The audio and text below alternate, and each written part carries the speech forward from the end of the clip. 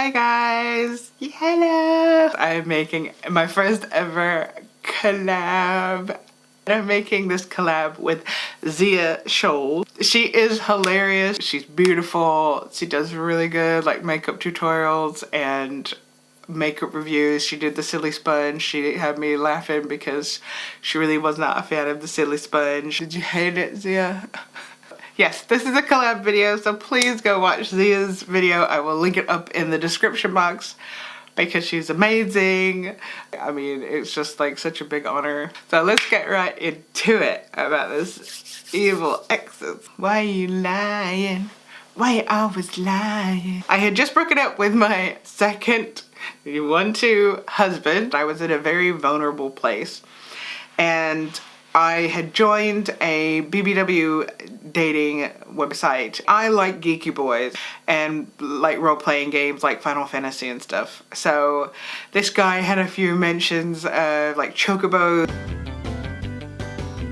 and things in his profile. We will call him Tim Bob. So Tim Bob contacted me. I was like, oh my god, he's attractive, he's young, and he's into the same things as me. Geeky, oh my god, oh my god, oh my god, oh my god, all my dreams are coming true. Oh my god, what's happening? Oh my god, oh my god. He lived in Belgium, so I had lived in Belgium with one of my exes, so I love Belgium. So it was, for me, it was a plus that he lived in Belgium. He was like, send me a naughty picture, and I was like, nope, no. No, no sir. And he's all these wonderful things that I want. I mean, like, all my Christmases are coming once, but he was being a little cheeky pervert. And so I was like, don't be a cheeky pervert. You're ruining it. What are you doing? I said, I thought being a smart ass, I said, all right, I will send you a naughty picture if you send me a picture of you wearing a top hat with a fish on it, holding an orange, standing on one leg, singing the Belgian national anthem. If you send me that picture, then I will send you a saucy picture back. He's like, he just takes it on board as a challenge. He's like, all right, I see you. So he sends me this picture. He sends me that picture and I rolled. It was the best thing ever. You're not just a pervert that's just on it to like send nudes, send nudes, send nudes. You're like humorous. You want to, you know, you went there. You went there. He's like, I really, really want to meet you. I want to get to know you better. This was probably talking like maybe 4 to 6 weeks or something. We had planned a weekend together in London. So this was, again, I am so stupid. I have been stupid all my life. Don't follow my lead. Don't book hotels with people you don't know. That is a bad idea. We were both nervous, but he was cute. I liked his cuteness. He paid for everything. I got money. I don't know where he got the money from because he wasn't working at the time, that's for sure. Because I have a tendency to attract men that are not working. He later did have a job and then was still, you know, like this. He was whining and dining me. He was treating me right. And then he did the hair thing. The girl's talking and the hair gets in your face. And then they just do like that. They like move it out of the way for you. It is deadly and it makes your heart go. It's just, it's such a small gesture, but it's so romantic and intimate. I don't know what it is about a man being delicate that's just so unbelievably hot, but it is very hot. Yeah, we slept together. Yep. We go back home and then he's not as nice as he was. He starts telling me that he is devoutly religious and he's a Jehovah's Witness. I have to say, when I say we slept together, it was not completing things, but doing things. So for me, it was still sleeping together. But for him, as long as he didn't have an orgasm, that was retaining some of his virginness. He'd had a very messy breakup from another girl who he had been physically intimate with. At this point, I should have been like, losses, cut them, yes, goodbye. And I, for whatever reason, I did not.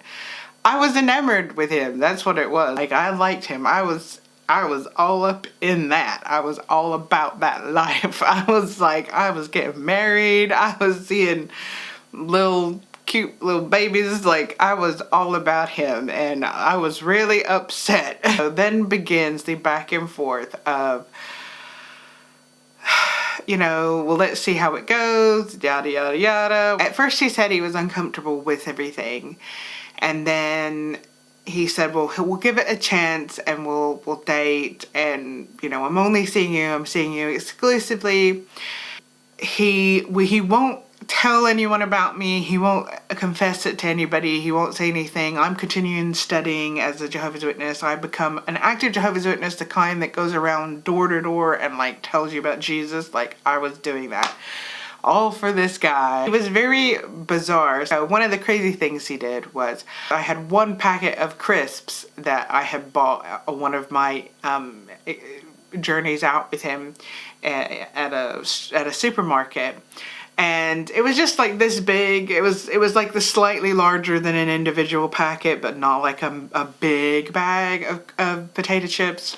I ate some of them that day with my lunch, and then the next day I literally did not eat all day. Ate that packet, so that was in the garbage when he got there. And a few days passed, and then I was eating something that he thought I didn't need to eat. You don't, you know, empty calories are in an egg. Do you really need an egg? Do you want the egg? I'm like, I wanted this egg. I like egg. Don't tell me I can't have an egg. I mean, I want it. I ate it. I did not eat it because he said I couldn't eat it. Then he made a comment about, I noticed, I observed in the trash that you ate that whole bag of potato chips within a day. And I was like, I mean, hey, no lie, I eat well. I don't stay this shape by not eating stuff that tastes good. Trust and believe. Okay, I definitely eat well. But what is the weird spying on what the fuck I'm eating? Like, why are you watching what I'm eating? Whose business is it to watch what I eat? Like, why are you creeping around in my garbage looking and monitoring how long it's been since I got that packet of chips? And I said to him, I was like, I didn't eat anything all day. Like, I waited on you, and that was the only thing I ate. I ate like half of, there wasn't even half, there was like a few crisps at the bottom of the packet that it was almost empty. So I had that right, like, for the whole day. Like, that was all I ate. It's not a good way to eat, but there's definitely not a lot of calories in that. And I was like, so it wasn't like, the way he made it sound was like I was gorging on potato chips. Like, as soon as he left the house, like, left the room, I was like, but that wasn't what happened. I didn't eat them the whole entire until the next afternoon. And then I ate them. And then he dropped the bombshell on me that his ex was maybe not completely out of the picture, and that because he had slept with her first, if she came back, he would have to honor that agreement. Wait up. That's not how relationships work. They're not contracts. You don't honor the agreement. I mean, based on who you put it in first. Like, it's just not, that's not how it works. If that's how it works, then somebody could be married to somebody for 30 years and then their first husband come back and say, yeah, by the way, I'm still not happy with the fact we broke up. And they're like, well, sorry, babe, gotta leave. First one's coming back, you know. So clearly he was not in love with me. He liked me very much, that I had a wonderful smile and that I was very attractive. He always liked my boobs and stuff like that. But that my body was not the ideal body shape, and that if I wanted to be with somebody, that I needed to find somebody that didn't care about a body. Not that I could find somebody that would like my body, but that I should find somebody that didn't care about bodies. Like, your body is so broke, your body is so bad, that the only way you're gonna find somebody is if you can find somebody that doesn't mind about your horrendous body. Yeah, that's the thing that he said to me. This was carrying on for a year, and there was a girl that he started talking about a lot, and he said, oh, I've got this girl, she's part of this community. He was really into anime and manga, and they were starting a convention over in Antwerp, this group of friends, and he was like, oh, she's well known in the cosplay community, and she's really nice, and this and that. I was say, oh, are you interested in this girl? He's like, oh, no, I would never go out with somebody like that. It would never be a thing that I would do. I would never do that, you know. Don't be ridiculous. I became friends on the forum of this community. I became friends with somebody that had been her boyfriend at one point. We started chatting, and we were just friendly with each other. You know, he knew that I was friends with Tim Bob, and he would talk about Tim Bob. He said something about, oh, Tim Bob and this friend, this girl, are gonna go out. And I was like, oh, right, so they're gonna go out. And he was like, this guy said, oh, Tim Bob is really desperate for her. Like, every time he's around her, like, they make out. She told me about the other time that they hung out with each other, that he, like, licked her neck and all of this. And I was like, what? What do you mean that he licked her neck? They didn't know about, you know, our relationship had to be under wraps because he was a Jehovah's Witness, so he couldn't let anyone know. Like, that was his reason for not telling anybody that we were together, is because he was a Jehovah's Witness and I was not a Jehovah's Witness, so they couldn't know that we were a thing until I became a Jehovah's Witness. And so he didn't know, like, this guy didn't know that we were seeing each other, and I lost it. So I was like, well, I've been seeing him for the last year. I've been sleeping with him. What are you talking about? What? And he was like, oh my God. So he was so, like, amazed and disappointed in Tim Bob and stuff. So rather than going bananas at this girl, at Tim Bob, and like all this stuff, I just said to Tim Bob, I said, I heard from this friend that you are dating her and that you have been making out with her and stuff.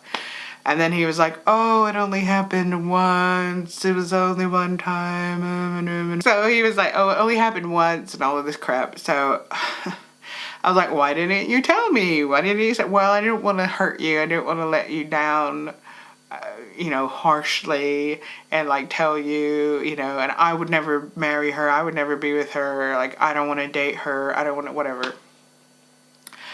So I had plans to come over to Belgium. My sister was coming over from America. I was going to France and Belgium and all this stuff. And he was not going to ruin my time. Go to this convention, and this girl is there. On this convention, I came upstairs at one point, and another little girl that did cosplay was sitting on his lap. And she was like 17 years old, 18 years old, and this guy was 30. I was so out of the atmosphere, pissed off. I had my sister and one of my best friends, Matt, with me, and they were just like, calm down, like, it'll be okay. And they hated his guts, and my friend Matt was pacing up and down wanting to punch him, and like, it was a whole drama. But I made sure that I wanted to make friends with this girl because I was like, not because of him, but because it wasn't her fault. Like, we had both been done wrong. Like, I don't see the point of when women try to like get one up over each other when you're both being manipulated by somebody. So he had manipulated me. He had strung me along for a year. He had been lying to me. He had been seeing other girls at the same time as me and stringing this whole bullshit about he's so guilt-tripped about being a Jehovah's Witness because that's what it is. But really, he was getting his leg over with anybody that would have his leg, anybody that would have it. She's heard about me now from this guy, and I've heard about her from this guy, but we have never communicated. And rather than starting drama with her, I buy her a Hello Kitty charm. But I took this Hello Kitty charm over to her and I said, you know, look, this is for, you know, standing up against people that would have like manipulated you like they manipulated me. And, you know, I hope you want to like become friends and things. And so I walked up to her and I gave her this thing, and that set the ball rolling for a wonderful friendship. I'm going to put a picture up of me and her like a year later at another convention. Here's another picture of us at Harrods when she came to London. You know, this girl is like a sister to me now. We are so close. How this all resolved itself was I said to him, look, you've been lying to me. Not only is it this girl, it was another girl. I found out about another girl who I then spoke to, and she said, oh, he's been telling me that he was single and that he's been waiting for me this whole time to get my life together, and then when I got my life together, he'd be with me. So it's this girl we're gonna call K, this other girl we're gonna call S. It was me, like a fool. It was me, and then it was another girl from Bruges that he had been chatting up and potentially was gonna go on a date with. Another girl named L. We're gonna call her L, that he went on a date with, who didn't want to go out on a date with. That was at least 5 women. But anyway, this guy had so many girls on the go at the same time that it was unbelievable.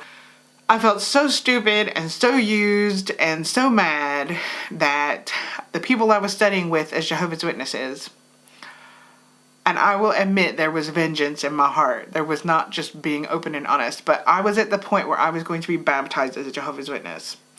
And I went and told them, look, I cannot, you've been amazing people, you've been really lovely, and they are really lovely. The congregation was amazing, but I was like, you've been really lovely, but I cannot go through with this because I have been having sex with Tim Bob.